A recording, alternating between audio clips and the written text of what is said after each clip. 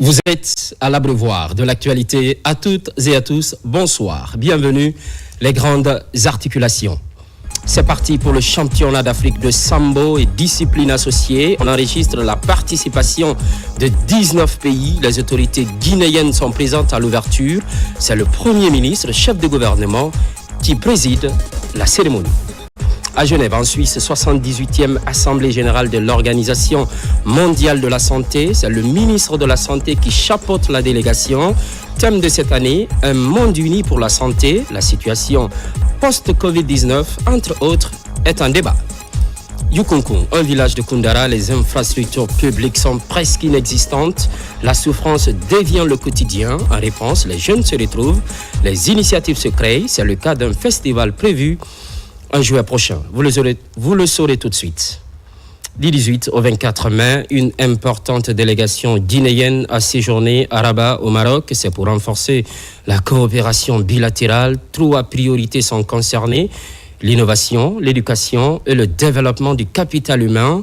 C'est dans le cadre de Simandou Academy, un véritable levier de transformation du système éducatif guinéen. Oumar Bari. Sous le leadership du président de la République, son Excellence le général Mamadi Doumbouya, la Guinée amorce une profonde réforme de son système éducatif. Cette réforme ambitieuse portée par le programme hautement stratégique Simandou 2040 s'appuie sur un volet clé, Simandou Academy, une initiative dédiée à la formation de l'élite de demain, basée sur l'excellence, l'innovation et le développement durable, ainsi que le renforcement du capital humain. Dans cette dynamique, une mission de haut niveau du comité stratégique de Simandou, présidée par Djiba Diakité, ministre directeur de cabinet de la présidence, a séjourné du 18 au 24 mai 2025 à Rabat au Maroc. Composée de plusieurs membres du gouvernement et hauts responsables de l'administration, la délégation mandatée par le président du comité stratégique de Simandou, Djiba Diakité, comprend notamment la ministre de l'Environnement et du Développement durable, Djami Diallo, membre du comité stratégique de Simandou, le ministre de l'Enseignement préuniversitaire et de l'Alphabétisation, Jean-Paul Sédi, la ministre de l'Enseignement technique, de la formation professionnelle et de l'emploi, Aminata Kaba, le ministre du Travail et de la fonction publique, Faya François Bourouno, Madame Maïmouna Djarabi, conseillère à la présidence de la République, l'administrateur général de l'ACGP, Ibrahim Abé Diallo, membre du comité stratégique de Simandou, le directeur général du service national des bourses extérieures, Aboubakar Kamara. Ces responsables étaient accompagnés sur le terrain par l'ambassadeur de la République de Guinée au Maroc. Ce séjour s'inscrit dans le cadre du renforcement de la coopération bilatérale autour de trois priorités stratégiques, à savoir l'innovation, l'éducation et le développement du capital humain. Autant de piliers qui constituent l'ossature de Simandou Academy, véritable levier de transformation du système éducatif guinéen. Le programme a démarré par une visite de l'université Mohamed VI Polytechnique de Rabat. Après une présentation institutionnelle autour de la table, la délégation a effectué une visite guidée des installations, bibliothèque ultramoderne, agora, théâtre, infrastructures sportives, entre autres. Les échanges avec les responsables universitaires ont été jugés particulièrement fructueux. La journée s'est poursuivie au lycée d'excellence de Rabat, un autre établissement de référence. Accueilli avec tous les honneurs, la délégation guinéenne a visité les salles de classe, les installations sportives, les centres médicaux et les infrastructures de natation, judo et karaté. La visite s'est conclue par une photo de famille, symbole d'une coopération prometteuse. Les visites ont continué, notamment sur les sites du géant marocain OCP, Office chérifien des phosphates, qui a érigé à El Djorf l'ASFAR. La délégation a également visité les installations de JESA, Jacob Engineering SA, une entreprise née d'un partenariat entre l'OCP et le groupe américain Jacob Engineering, leader mondial de l'ingénierie. Un mémorandum d'entente a été signé entre JESA et l'administration générale de l'ACGP, marquant ainsi une étape importante dans le rapprochement stratégique entre les deux pays. Nous sommes aujourd'hui ravis et fiers et aussi honorés de signer un Memorandum of Understanding avec nos confrères et partenaires de la CGP Aujourd'hui, cette signature corrobore un effort de plus d'une année. Et aujourd'hui, nous voyons l'aboutissement de cet effort. Ensemble, nous allons développer un futur, radieux pour la Guinée. Votre ambition, qui est très très importante pour nous, de Simandou 2040, qui vise à développer la Guinée en canalisant les richesses dont dispose le pays. Et aujourd'hui, en tant que bras armé africaine, avec une ADN africaine, nous sommes prêts, disposés à partager notre expertise, notre riche expérience au travers des projets et des partenariats que nous avons développés en Afrique et aussi au Maroc, pour les mettre au profit de nos confrères guinéens et développer ensemble la Guinée de demain, avec un écosystème qui sera prospère, avec une ingénierie de renommée internationale. Et nous sommes prêts à œuvrer pour la réussite et le succès de cette grande vision, ce grand programme qui est Simandou 2040. Nous venons aujourd'hui de signer un MOU avec JESA, qui est un partenaire de l'ACGP, notamment dans le cadre de la mise en œuvre des projets structurants conformément à la vision du chef de l'État. Aujourd'hui, la Guinée rentre dans une nouvelle ère, celle de la mise en œuvre du programme Simandou 2040, qui est un programme de développement socio-économique durable et responsable, dans lequel se trouvent des projets structurants qui vont transformer notre pays lors des 15 prochaines années. Donc nous avons été instruits par M. le Président de la République d'aller chercher la compétence partout où elle est dans le monde entier, afin de nous accompagner à mieux concevoir nos projets et à mieux les exécuter, mais à parallèlement aussi travailler sur un transfert de compétences et de technologies, afin d'assurer que le capital humain que nous recherchons aujourd'hui soit à la hauteur. Et ce capital humain est aussi une partie intégrante de ce programme Simandou 2040 dans sa composante Simandou Academy. Donc ce qui nous a amené aujourd'hui à venir signer ce accord avec JESA, qui viendra mener nos projets avec nous, mais qui aussi prendra nos équipes en immersion à leur siège et sur les sites de leurs projets, afin qu'on puisse apprendre de manière très pratique les méthodologies de mise en œuvre de projets efficaces qu'ils utilisent et qui sont aujourd'hui aussi des standards internationaux qui sont à leur disposition.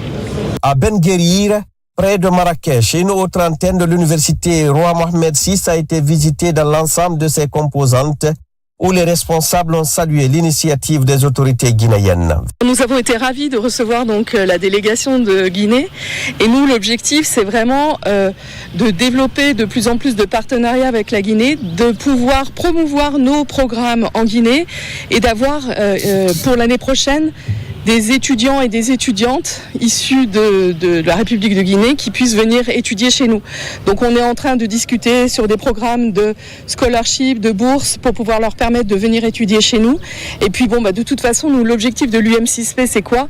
C'est de garder les pépites africaines en Afrique.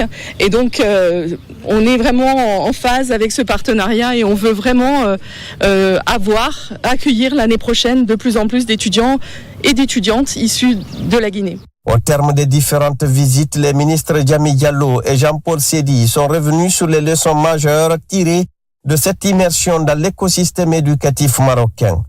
Ils ont salué la vision intégrée du royaume en matière de formation, d'innovation et de valorisation du capital humain, des éléments qui inspireront la mise en œuvre de Simandou Academy en Guinée. Nous sommes au Maroc dans le cadre de la mise en œuvre du programme Simandou 2040 sur le volet Simandou Academy, qui conformément à la vision du président de la République, le général Mamadi Doumbouya, vise à transformer le capital humain pour accompagner le développement économique de la Guinée, mais également garantir la souveraineté nationale de notre pays. Donc ici au Maroc, nous avons eu à visiter, à rencontrer dans le cadre d'écoles d'excellence, parce que c'est un des volets de Simandou Academy, c'est la construction, la mise en œuvre d'écoles d'excellence pour transformer le capital humain en Guinée, et également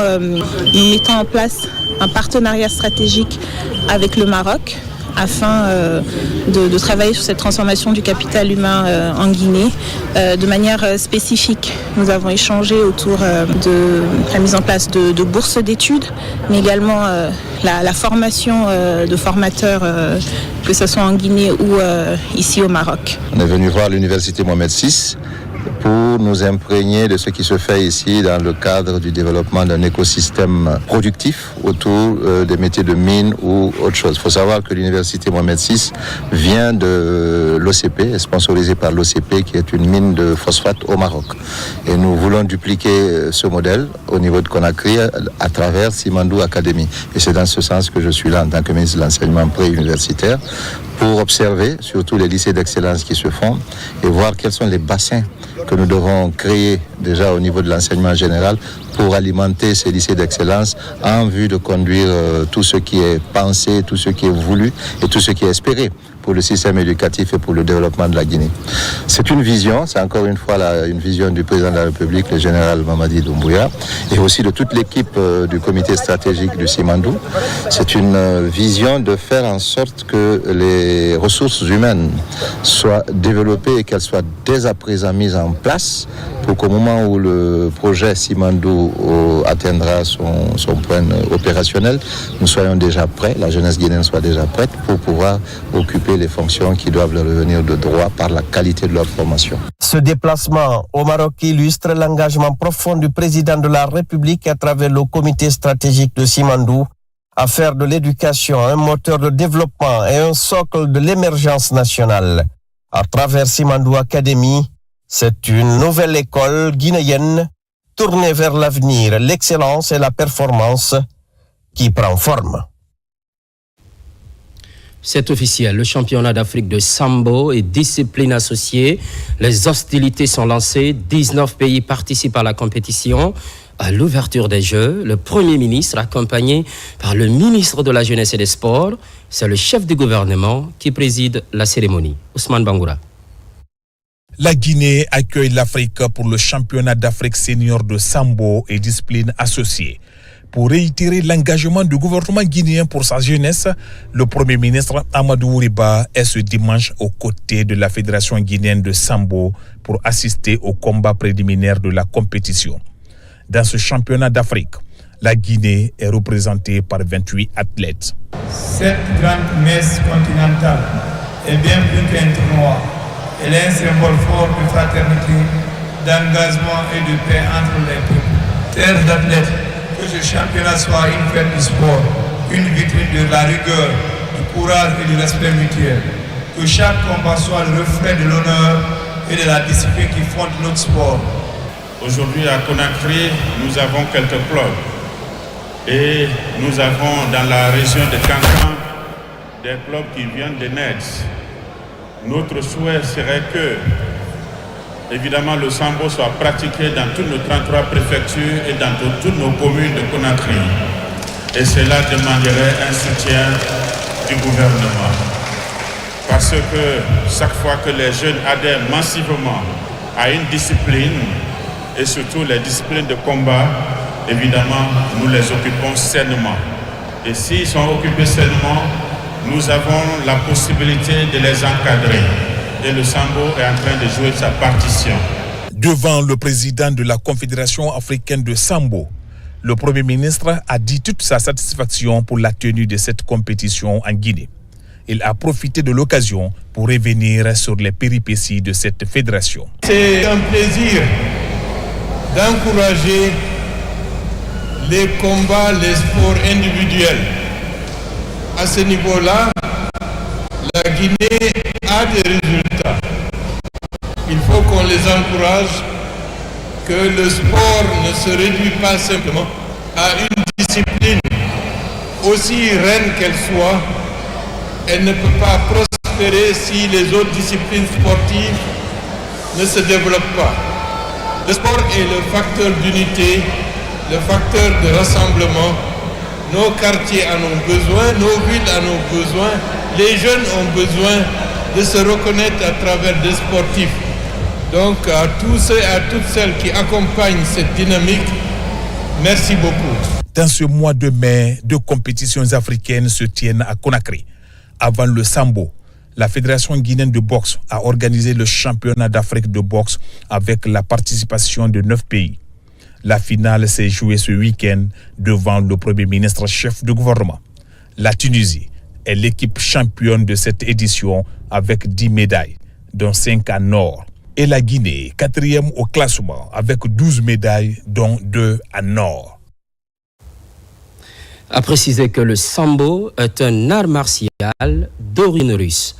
25 mai 2025, 25 ans d'existence de l'Union africaine. La célébration de cette année est particulière. Les tout petits sont mis en avant. Ils sont guinéens et d'autres nationalités venues de la sous-région. La raison est simple, inculquer à ces jeunes pousses les valeurs du patriotisme et du panafricanisme. Ali Badara Kondi.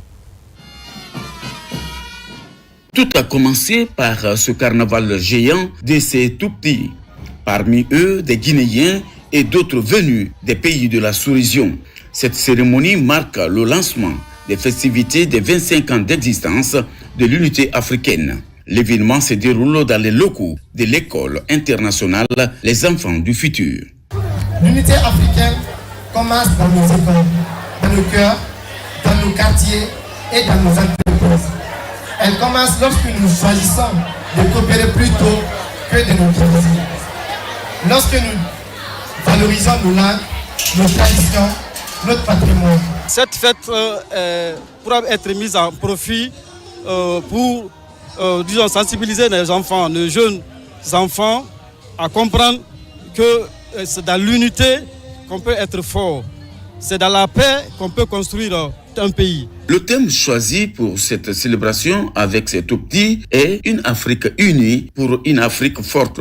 Par cette célébration, il est question d'inculquer à ces jeunes enfants des valeurs du patriotisme, mais aussi du panafricanisme dès leur bas âge. Nous avons absolument tout sur place. Nous invitons les jeunes, nous invitons les femmes, nous invitons les hommes, nous invitons le peuple africain à se lever. Nous avons l'innovation, nous avons la technologie. Chers jeunes, restons en Afrique et bâtissons le continent dont nous rêvons. Au-delà de l'unité nationale, on en veut avec les enfants ici. Non, l'unique héritage qu'on peut laisser à un enfant pour qu'il soit utile pour la nation, c'est belle et bien, c'est l'éducation des enfants, c'est la formation des enfants. Du sketch, du slam, du théâtre, de la poésie ainsi que des chants et des pas de danse pour égayer l'assistance. Une mise en scène qui permet de faciliter la compréhension des messages allant dans le sens de promouvoir le panafricanisme chez ces tout-petits. Place maintenant aux investissements publics. Le cadre général est disponible.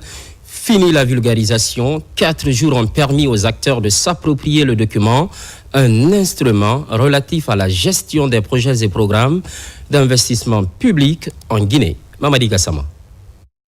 4 jours, c'est le délai imparti pour vulgariser le document du cadre général des investissements publics. L'exercice a permis de passer en revue l'ensemble des nouvelles dispositions du décret portant sur la gestion des projets et programmes d'investissement en Guinée. Le Simandou 2040 est à la porte. Le document est complètement finalisé. Aujourd'hui, tout ce que nous sommes en train de faire ici, c'est en directe ligne avec ce programme ambitieux qui va être un catalyseur pour notre développement. Et c'est la réalisation de ce programme qui s'étend sur les 15 prochaines années va permettre de transformer notre pays et ouvrir notre pays vers le chemin de la prospérité. Donc il est important que chaque acteur, chacun à ce qui le concerne, puisse s'approprier du contenu de ce document et améliorer sa façon de faire au niveau sectoriel pour améliorer enfin la gouvernance des projets au niveau national. En dotant le pays des nouveaux cadres généraux des investissements, les autorités ambitionnent d'améliorer la capacité du taux d'absorption. Ceci passe nécessairement par la réalisation des projets et programmes d'investissement. Il faut aller au-delà de l'élaboration et de l'adoption des textes.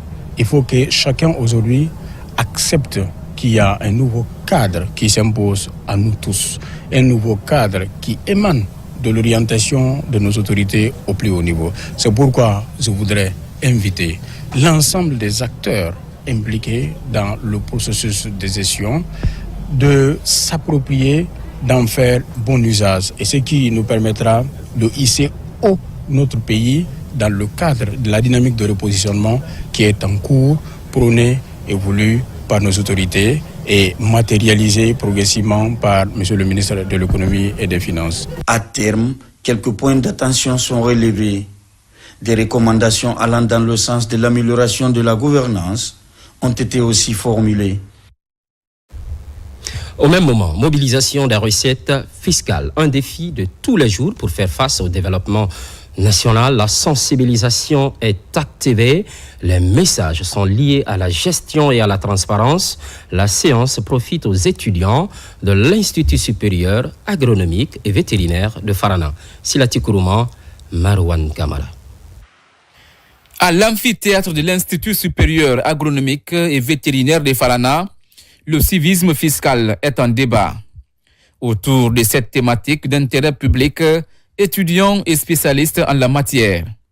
L'initiative vient améliorer le moral fiscal des étudiants afin de contribuer à la promotion des pratiques dans le pays. Les premiers étudiants qui ont déjà suivi des formations sur le civisme fiscal, sur le processus budgétaire, sur le contrôle citoyen de l'action publique, que cette conférence puisse non seulement augmenter le nombre de cibles qui doivent comprendre c'est quoi le fisc, c'est quoi le budget, c'est quoi le contrôle citoyen de l'action publique, mais aussi que ces étudiants déjà aient à l'esprit le rôle primordial de la jeunesse dans la mobilisation des ressources internes. Nos citoyens ne sont pas éduqués en matière de mobilisation des ressources fiscales et non fiscales.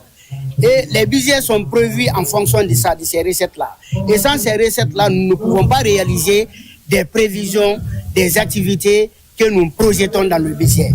Le programme est porté par les institutions d'enseignement supérieur du pays en collaboration avec Expertise France et l'ONG Air Guinée. Massivement présents à cette conférence interactive, les étudiants sont conviés à faire des sensibilisations.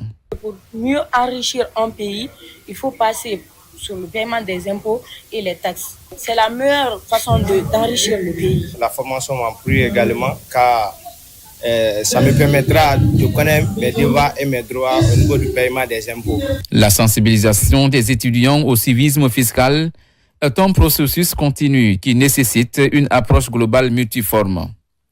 Elle pourra contribuer à construire une culture fiscale saine et améliorer le financement des services publics. Par ailleurs, sécurité alimentaire et nutritionnelle. Actuellement, une coopération laisse des signes encourageants. Pendant ce temps, les résultats préliminaires de l'analyse de l'accès aux nutriments sont présentés. C'est l'aboutissement des enquêtes sur les prix et la disponibilité des denrées. 150 marchés du pays ont été couverts. Fodé Camara pour plus de détails. Sous l'égide du ministère de l'Agriculture et de l'Élevage, l'Agence nationale des statistiques agricoles et alimentaires procède à la présentation au grand public des résultats préliminaires d'une étude tenant compte de plusieurs paramètres, notamment la question d'accessibilité sur le marché. L'enjeu est de combler le déficit en nutriments. On a optionné 150 marchés à travers le pays pour ressortir réellement le déficit, c'est-à-dire en denrées, non seulement et aussi en plus de prix, qui peut permettre à l'État de voir réellement quelles sont les parties ou les préfectures qui sont vraiment en carence alimentaire et quelles sont les denrées les plus chères dans les différents marchés de la Guinée. Et dont l'État pourrait prendre ses précautions pour pouvoir remédier à cela et faire en sorte que l'autosuffisance alimentaire peut être une réalité dans notre pays. Cette analyse situationnelle vient baliser les interventions publiques dans le domaine de la lutte contre la malnutrition. Nous sommes à la phase préparatoire du plan multisectoriel du système alimentaire nutritionnel en Guinée. Et un plan pour élaborer, premièrement, on fait la revue de l'ancien, mais aussi on tient compte du contexte. Et contexte veut dire quoi? Où nous en sommes avec l'actualité, et ce qui fait qu'on a besoin des données factuelles. Une fois affinés, ces résultats très attendus vont permettre de faciliter l'élaboration des stratégies de riposte avec l'appui des partenaires techniques et financiers comme le programme alimentaire mondial. Nos attentes vis-à-vis de la NASA, déjà, c'est une appropriation déjà de cette étude qui est quand même, je ne dirais pas nouvelle, mais qui est une grosse opportunité pour la NASA qui gère la sécurité alimentaire et nutritionnelle.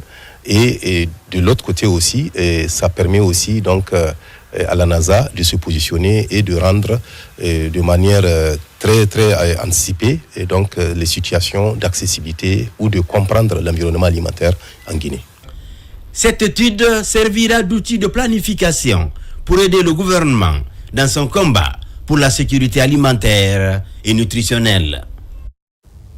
Hors du pays, session annuelle du groupe de la Banque islamique de développement. Les assises se tiennent en Algérie. La Guinée répond favorablement à l'invitation. De très bonnes intentions sont exprimées. La délégation est conduite par le ministre du Plan et de la Coopération internationale, Yaya Silla. C'est ici, au Centre international de conférence Abdelatif Rahal, situé sur les rives de la Méditerranée, que s'est tenue la session annuelle de l'Assemblée du groupe de la Banque islamique de développement BID. La délégation guinéenne, conduite par le ministre du Plan et de la Coopération internationale, à cette session de l'institution financière multilatérale de développement. Celle-ci, après celle de Riyad en 2024. Plus de 2000 participants venus des 57 pays membres ont débattu les enjeux et les défis liés à la thématique majeure de l'édition 2025. En marge des travaux, la délégation guinéenne a eu une séance de travail avec Rami Ahmed, vice-président du groupe de la Banque islamique de développement, autour du programme Simandou 2040. Nous avons fait la revue de portefeuille. L'objectif était de les parler de la situation macroéconomique de notre pays. Tous les indicateurs sont ouverts, mais aussi le programme de développement socio-économique durable et responsable Simandou 2040, les 5 piliers, les projets, les réformes qui vont être annoncés très prochainement. Mais aussi, ils étaient vraiment enchantés pour dire les 5 piliers vont exactement sur les différents points de la Banque islamique de développement. Il faut reconnaître que la Banque islamique de développement, son conseil d'administration, a déjà validé 2 projets phares pour la Guinée, celui de centrale pour l'électricité de la ville de Kankan, qui a trop duré, Dieu merci, à peu près 40 millions de dollars, ça a été approuvé, et aussi les projets d'infrastructure aussi qui ont été validés. Donc au jour d'aujourd'hui, cette mission nous donne à peu près plus de 280 à 300 millions de dollars de résultats que nous partons de l'Algérie pour la Guinée. L'ouverture des travaux proprement dit de la session de l'Assemblée de la Banque islamique de développement est lieu mardi dans cette salle de conférence présidée par le Premier ministre algérien Nadir Larbaoui. Au cours de cette première journée, la BID a approuvé des financements de plus de 1,32 milliard de dollars américains visant à soutenir une croissance inclusive, renforcer la résilience face au changement climatique, sécurité alimentaire, la formation professionnelle et l'accès à l'eau. La délégation guinéenne a rencontré plusieurs autres agences de financement de la BID, notamment ITFC, le Fonds de solidarité islamique pour le développement, le Fonds de l'OPEP pour le développement, ainsi que la Société islamique pour le développement du secteur privé, ICD et IC. Pour la coopération bilatérale, le ministre Nabé a eu des échanges fructueux avec le ministre algérien de l'économie et des finances, en même temps président de la conférence des gouverneurs des pays membres de la BID. Une autre rencontre de cette série, celle avec le ministre azerbaïdjanais de l'économie et de la planification. L'Azerbaïdjan est le prochain pays hôte de la session du groupe de la Banque islamique de développement. 78e Assemblée générale de l'Organisation mondiale de la santé, Dr Omar Djoueba, est à Genève en Suisse avec son équipe. Thème de cette année, un monde uni pour la santé, la situation post-Covid-19, les maladies non transmissibles et la couverture sanitaire universelle sont en discussion. Amadou Touré, Mohamed Souma, explication. Tenue de la 78e Assemblée générale de la santé à Genève en Suisse. Les travaux ont porté sur le thème « Un monde uni pour la santé ». Ce sommet mondial de la santé a connu la participation de la Guinée à travers une délégation conduite par le ministre de la Santé et de l'Hygiène publique. En réitérant l'adhésion de son pays aux accords issus de ce forum, Dr Oumar Gueba s'est dit préoccupé quant à l'application correcte de ses engagements en faveur des pays africains. La pandémie à Covid-19 a mis à nu nos systèmes de santé, mais aussi nos inégalités face aux soins de santé de qualité en période de crise. Étant donné que la santé n'est pas un luxe, mais un droit fondamental, la République de Guinée exprime son soutien à son adoption et réaffirme son engagement à la solidarité internationale, de sorte qu'aucun citoyen du monde ne soit laissé de côté. Le défi majeur restera la mise en œuvre de cet accord que nous espérons relever ensemble. En plus de cet accord sur la pandémie de Covid-19, d'autres priorités sanitaires mondiales ont aussi été abordées lors de ce sommet. On était à 95% de rupture en vaccin traditionnel. On avait le nombre le plus élevé d'enfants 0-12 parmi les pays de l'Afrique centrale et de l'Afrique de l'Ouest. Et aujourd'hui, avec le leadership, la volonté politique, nous n'avons pas de rupture. Nous sommes en train de rattraper les enfants 0-12 et cela est apprécié aujourd'hui au niveau international. Ça fait plaisir. Ce rendez-vous mondial sur la santé a également été une opportunité pour ces spécialistes d'aborder la situation des maladies non transmissibles qui constituent de nos jours un défi majeur pour la santé.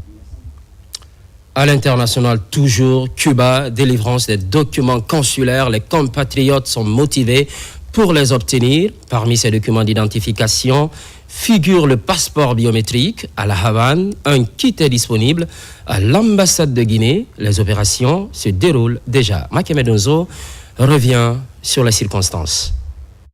C'est un exploit pour les Guinéens établis à Cuba. Désormais, ils peuvent s'enrôler sur place pour obtenir les passeports biométriques. C'est un rêve réalisé grâce à la diplomatie offensive de Dr Morisanda Kouyaté, ministre des Affaires étrangères, sur instruction du président de la République, le général Mamadi Doumbouya. Un acte qui rapproche de plus la mission diplomatique aux compatriotes vivant à Cuba. Aujourd'hui est un jour de joie, un jour d'allégresse pour ces Guinéens établis dans nos différentes juridictions en ce qui concerne la confection des passeports biométriques.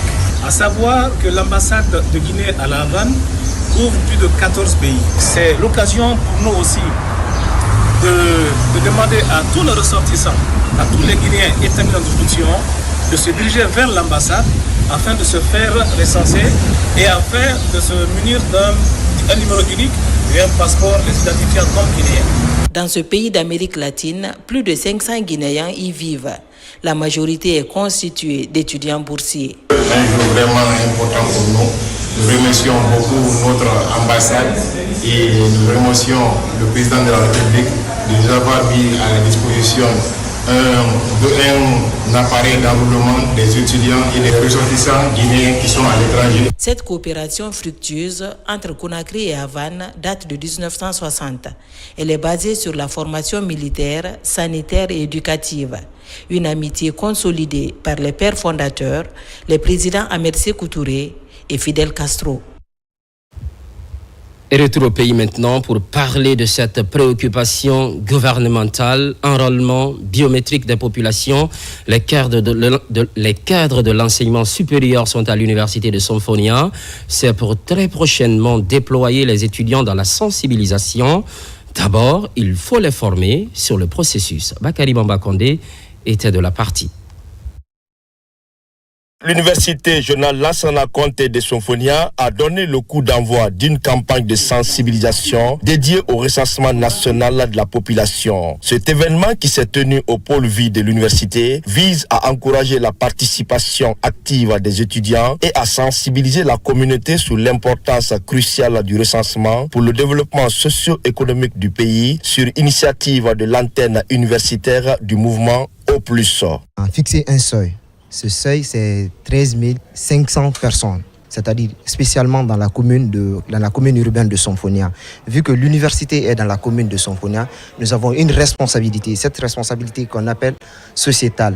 nous avons une obligation de remplir cette responsabilité vis-à-vis des citoyens de Symphonia. L'approche est pédagogique et fait trait à la troisième mission des universités, celle de battre campagne au sein des communautés pour les pousser vers une utilité d'intérêt public appelée rabattage. Je vais adopter 2 rôles. Et les 2 rôles, le premier rôle c'est de les rapprocher doucement et essayer de leur faire comprendre l'importance du recensement et aussi après leur dire encore les conséquences si on ne se recense pas, c'est que c'est pas. Dans les prochains jours, ils seront déployés sur le terrain, notamment dans la commune de Symphonia, pour appuyer les autorités locales dans la sensibilisation et la mobilisation des citoyens. Lorsque l'État engage des programmes et des projets de planification pour le développement du pays, nous sommes une institution qui doit être une institution actrice pour opérationnaliser cette vision. Le lancement de cette campagne de sensibilisation au recensement national à l'université de Symphonia par l'antenne O+, marque un pas vers une forte participation de la couche estudiantine dans le processus national de recensement administratif à vocation d'état civil. Recensement biométrique toujours. Cap sur Farana, sous-préfecture de Danlinia. 4000 sont déjà enrôlés sur un objectif de 4900. Une véritable prouesse. La sensibilisation s'accentue. La mobilisation massive des populations est vivement souhaitée. Ça, Martin Fansinaduno. Pour les... Cette tournée du directeur national de l'agriculture à Farana, précisément dans la sous-préfecture de Dantinia, marque un tournant stratégique dans la vulgarisation des enjeux du recensement biométrique. Au-delà de l'état civil, elle incarne une volonté politique de mettre chaque citoyen au cœur du développement national, notamment dans les zones rurales souvent marginalisées. Ces derniers temps, Farana était un peu dans la ligne rouge en termes de pourcentage lié au recensement. Donc il était question de se mobiliser autour des autorités préfectorales et régionales pour pouvoir vraiment sensibiliser nos communautés, les pousser vraiment à aller vers ce recensement et surtout à les expliquer le bien fondé de ce recensement, leur dire que ce n'est pas seulement juste une question d'élection, mais une question aussi liée à tout ce qui est planification liée au développement local. Pendant cette tournée de proximité conjointement menée avec les autorités administratives de la préfecture de Farana, les rencontres se sont déroulées dans une atmosphère participative. Les kits qui sont là, ils ont des problèmes de charge. Et chaque fois, il faut payer du carburant, mettre dans des groupes pour pouvoir alimenter. Et ça prend du temps. Encore le problème de documents aussi qui a fait aussi du retard. Accompagné d'une délégation technique et administrative de Farana, le directeur national de l'agriculture Aboubakar Demba Samoura a été chaleureusement accueilli par les autorités locales, les chefs de village, les leaders religieux et les organisations paysannes, avec pour enjeu majeur faire comprendre à toutes les composantes de la localité et de Farana que ce recensement est une opportunité historique pour les populations rurales d'exister officiellement dans les fichiers de l'État. Au niveau local, cette fois-ci à Conakry, les autorités jouent leur partition. À Tombolia, elles vont vers les citoyens. L'incitation est l'une des approches développées. Le défi, comme pour les autres localités, est d'enrôler autant que possible les populations. Noumousso Yakité. Les autorités communales sont dans les quartiers, les marchés et autres lieux publics afin de sensibiliser sur l'importance du recensement biométrique. Les citoyens de la commune urbaine de Tombolia sont informés que le recensement est gratuit et ils sont encouragés à se rendre dans les centres administratifs de recensement les plus proches. Il y a un dispositif par la grâce du président Mamadi Doumbouya. On a pu accéder à cela afin que même ceux qui n'ont pas d'extrait de naissance puissent en avoir sur place et accéder à la possibilité d'être recensés. Lorsqu'on est recensé, on a un identifiant numérisé définitif. Grâce à l'intégration efficace des technologies et des méthodes innovantes, la commune urbaine de Tombolia enregistre des avancées remarquables. La commune de Tombolia a enregistré 54 330 citoyens enrôlés. Il y avait des citoyens qui n'avaient aucun document. Mais puisque le général Mamadi Doumbouya a dit qu'il prend dans son fonds de souveraineté l'argent qui doit servir à l'enrôlement des sans-papiers, donc nous demandons à la population de se déployer davantage. Cette initiative des autorités communales de Tombolia démontre leur engagement à accompagner le gouvernement dans la réussite du programme national de recensement administratif à vocation d'état civil en cours dans le pays. On reste sur cette priorité gouvernementale. Autorités et citoyens évoluent en synergie sur le terrain. Ils comptent infléchir la position des indécis. Principale assurance, les avantages liés à l'enrôlement biométrique, la musique est mise à contribution. Maïmouna Beladialo.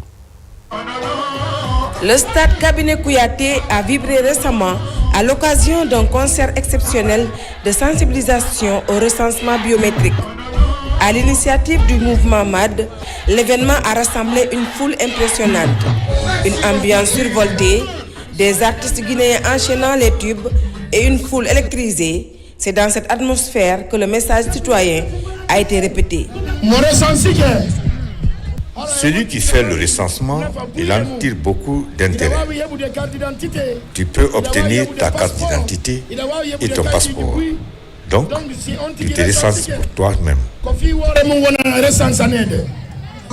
mouvement, le mouvement alternatif démocratique, a eu à organiser cet événement pour soutenir notre chef président, le général Mamadou Doumbouya. Et on a fait appel à toute la population guinéenne. Et on vient, on trouve beaucoup de monde, ça fait plaisir. Dans les tribunes, les jeunes et les femmes, très mobilisés, agitaient pancartes et banderoles, réclamant à l'unisson une chose, le recensement pour tous. Le recensement électoral n'est pas une formalité administrative, mais un acte patriotique. C'est pourquoi j'en appelle à chacun d'entre vous ici présent. À chaque quartier, allez-vous faire recenser. Faites recenser vos familles, mobilisez vos voisins. C'est comme tout un bon Guinéen.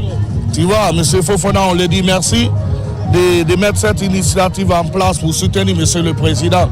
Parce que le monsieur, il mérite d'être accompagné, soutenir, parce que Yamouna, il y a Tagui. Un appel lancé avec force et repris en chœur par une foule conquise. Le concert n'était pas qu'un simple moment festif, c'était un acte fort d'engagement civique rythmé par les sons, les danses et les chants patriotiques. L'événement a fait passer un message clair. S'enrôler, c'est exercer pleinement sa citoyenneté. Sur tout autre plan, développement local, infrastructure de base pour les collectivités de Conakry, les quartiers de Matoto rejoignent la dynamique. Bientôt, une maison des jeunes à Simbaya École et un marché de 4 hangars à Wanindara. Les travaux sont officiellement lancés. Ousmane Kamara, Mohamed Lamine Kamara.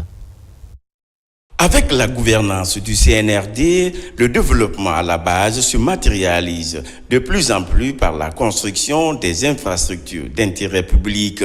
À Conakry, l'Agence nationale de financement des collectivités locales, ANAFIC, redynamise sa machine de partage des richesses nationales pour doter plusieurs quartiers d'infrastructures de qualité. À Simbaya École, c'est une maison des jeunes qui va bientôt sortir de terre. La maison des jeunes de Simbaya École est composée d'un bâtiment en R+2.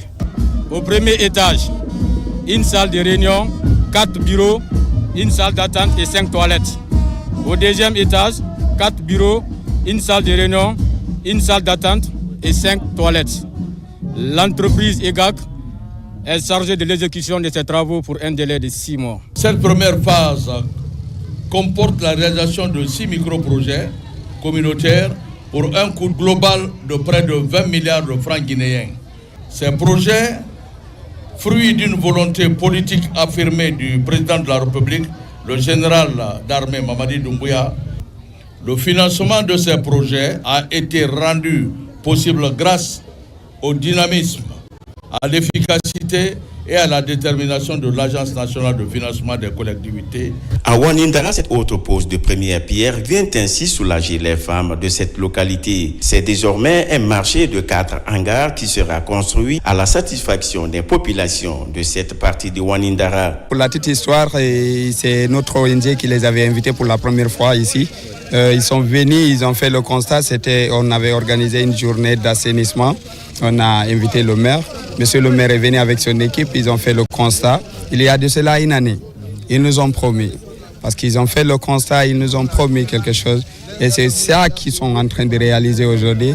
Donc vous allez comprendre notre sentiment, c'est un sentiment de joie et vraiment de gratitude. Ces projets de construction d'ores et déjà lancés réconfortent les autorités de la commune de Matoto dans leur position à œuvrer pour le bien-être des populations relevant de leur juridiction. On fonce à Koundara pour découvrir les réalités vivantes de Yukunkun, un village où les besoins de développement se font sentir, le manque d'infrastructures publiques est remarquable, la souffrance devient le quotidien, source de démotivation pour les bras valides, la zone se vide progressivement. En réponse à ce malaise, les jeunes se retrouvent, les initiatives se créent à l'image de festivals culturels et sportifs, un événement qui se veut attractif afin de redonner espoir à ce village. C'est le grand format de ce soir. Il est signé Moussa Komara. Fondé depuis la désintégration de l'Empire du Mali par le Konyagi Sarangeta vers le XVIIIe siècle, Yukunkun est toujours à l'état primitif du développement. Un village dévasté qui manque presque tout. Les bâtiments administratifs en ruine, à l'image du bureau du sous-préfet et de ce poste de gendarmerie presque détruit par ce tronc de fromager. Difficile pour les habitants de comprendre son retard. Depuis que ce couteau est parti, Yukunkun ne fait qu'avancer mais en reculant. On ne sait pas où est le blocus, parce qu'en réalité, Yukunkun a toujours œuvré surtout pour le parti au pouvoir, que nous, toutes les fois, nous avons demandé des aides. Mais je ne sais pas où juste ce qui ne va pas. Pourtant, ces villages peuplés de Konyagi, Peul, Diakanké et Bagaranké connaissent beaucoup de cadres. Tous ont fait leur premier pas dans cet établissement créé en 1905. Mais aujourd'hui, presque en lambeaux. C'était la seule école de la circonscription de Yukunkun, cercle de Gawal. Sareboido, que vous connaissez, certes, venait scolariser ici, Yukunkun même, et les autres sous-préfectures Guingamp étaient là, avec Yukunkun ensemble, parce qu'il avait quand même son représentant ici, qui résidait avec le représentant de Konyagi auprès du colonial. Également dans le village, le premier centre de santé est complètement décoiffé et défiguré. L'unique poste de santé qui assure la prise en charge des patients de Yukunkun et ses villages environnants est sous-équipé. Nous sommes que 2 titulaires. Les bénévoles qui sont là, on ne peut pas compter sur eux. Parce qu'ils ont des activités pour subvenir à leurs problèmes familiaux. Donc on a besoin de cadres qualifiés et des laboratoires, tout ça là, on a besoin de ça parce qu'on n'a pas de laboratoire. À Yukunkun, les habitants sont fiers de leur passé invincible devant l'impérialisme étranger. Beaucoup de colons qui ont tenté de conquérir le pays Konyagi sont morts et ensevelis sur cet espace. Comme le lieutenant Mongorje, dont certaines rues du village portent même son nom. Ces autres combattants qui l'accompagnaient ont été inhumés dans une fosse commune, lui dans une fosse spéciale. Voilà donc qui a marqué la rue Mongorje, dont vous avez entendu, qui était bordée de fromagers et que vous comptez certains autres qui sont là. Avec une tradition riche et une culture authentique, Yukunkun peine à se relever de sa léthargie. La jeunesse consciente espère s'appuyer sur ses valeurs pour relancer son développement. Un festival culturel et sportif est annoncé pour la première fois au mois de juillet. À la préfecture, les initiateurs s'entretiennent avec toutes les parties prenantes pour allumer les flammes de cet événement majeur. Yukunkun a besoin de ses fils parce que déjà tous les régimes précédents n'ont pas eu à faire quelque chose dans le cadre du développement de Yukunkun. On ne peut pas s'asseoir avec bras croisés. Il faut que les fils de Yukunkun se lèvent comme un seul homme pour qu'on organise ce festival-là qui nous tient à cœur. Dans le village, les bases sont jetées. Entre installation des antennes locales de l'association et rénovation des édifices publics devant abriter les invités, le festival s'annonce belle. Avec l'amour qu'on a pour cette localité, nous allons se battre corps et âme pour atteindre les objectifs. Le préfet nous a lancé un défi pour dire que ça serait vraiment une première de ce qu'on veut faire à Yukunkun cette année, et autour de tous les sous-préfets, les maires de cette localité de Koundara. Il a dit que si Yikoun arrive à réussir à mobiliser toutes les sous-préfectures à Yikoun pendant 3 semaines, que c'est un défi qui sera lancé pour les autres sous-préfectures. Donc nous voudrions, c'est certes la première édition ne sera pas à 100%, mais nous allons se battre pour que au moins l'image qu'on veut donner à Yikoun soit une image forte et exemplaire.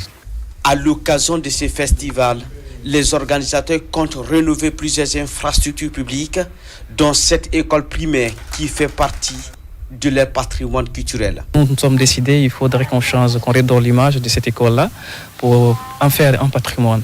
Parce que pour nous, c'est un patrimoine où il y a des grands intellectuels qui sont passés. Il faut vraiment résoudre la problématique de l'infrastructure, notamment la rénovation et l'équipement.